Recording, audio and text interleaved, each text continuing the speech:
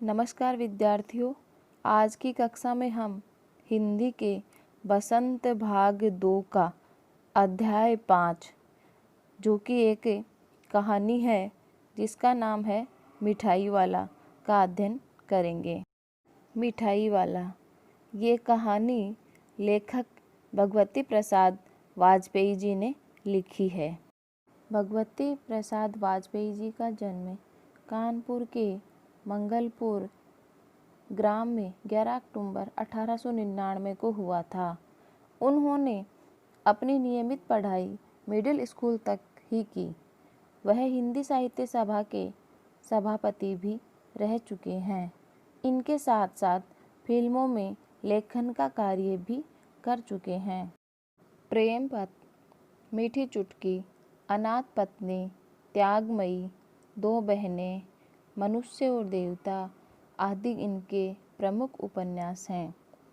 कहानी संग्रहों में प्रमुख है मधुपर्क, हिलोर, खाली बोतल, उपहार, दीपमालिका, बाती और लो। इनकी एक प्रमुख कविता संग्रह ओस की बूंद भी है। उर्मी और आरती जैसी पत्रिकाओं का संपादन भी भगवती जी ने किया। इनकी मृत्यु 8 मई 1973 को दतिया में हुई थी। लेखक भगवती प्रसाद वाजपेयी जी द्वारा लिखित कहानी मिठाई वाला का सारांश इस प्रकार से है। इस कहानी में कहानीकार ने एक पिता का बच्चों के प्रति प्रेम भाव को दर्शाया है। किस तरह से एक पिता अपने बच्चों को खोने के बाद अन्य बच्चों में उस खुशी की तलाश करता है।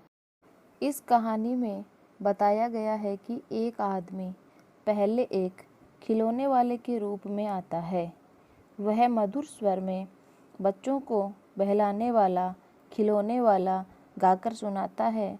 सभी बच्चे उसके खिलौनों पर रीझकर अपनी तोतली आवाज़ में भाव पूछते हैं।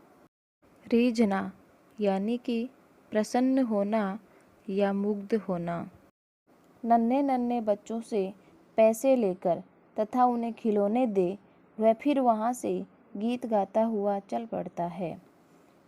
राम विजय बहादुर के बच्चे चुन्नू मुन्नू भी एक दिन खिलौने लेकर आए।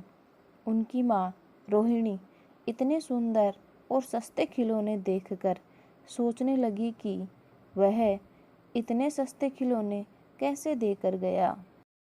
इसके 6 महीने बाद नगर में किसी मधुर मुरली बजाकर बेचने वाले का समाचार शहर भर में फैल गया। वह बहुत सस्ती मुरली बेचता था। रोहिणी उसकी आवाज़ सुनकर पहचान गई, ये वही खिलौने वाला है। रोहिणी ने अपने पति के द्वारा इस मुरली वाले को बुलाया तथा अपने बच्चों के लिए मुरली खरीद ली। फिर उसे देख बच्चों का समूह खुश होकर उसके यानी कि मुरली वाले के चारों तरफ इकट्ठा हो गए। मुरली वाले ने सभी बच्चों को मुरली देने के बाद उस बच्चे को भी मुफ्त में मुरली दी जिसके पास पैसे नहीं थे। इसके 8 माह बाद सर्दियों में एक मिठाई बेचने वाला गीत गाता हुआ आया। रोहिणी को इसका स्वर भी कुछ सुना हुआ सा लगा। वह अपनी छत से तुरंत नीचे आई। उसने मिठाई वाले को बुलाया। रोहिणी के पूछने पर उसने बताया कि वह इससे पहले खिलौने और मुरली बेचने आया था। फिर रोहिणी ने उससे पूछा कि वह इतनी सस्ती चीज़ें क्यों बेचता है।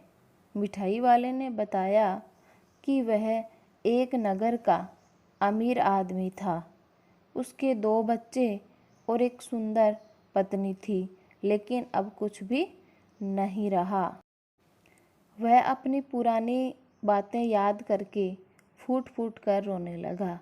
उसने बताया कि वह इन्हीं बच्चों में अपने बच्चों की झलक देखने के लिए यह सामान बेचता फिरता है।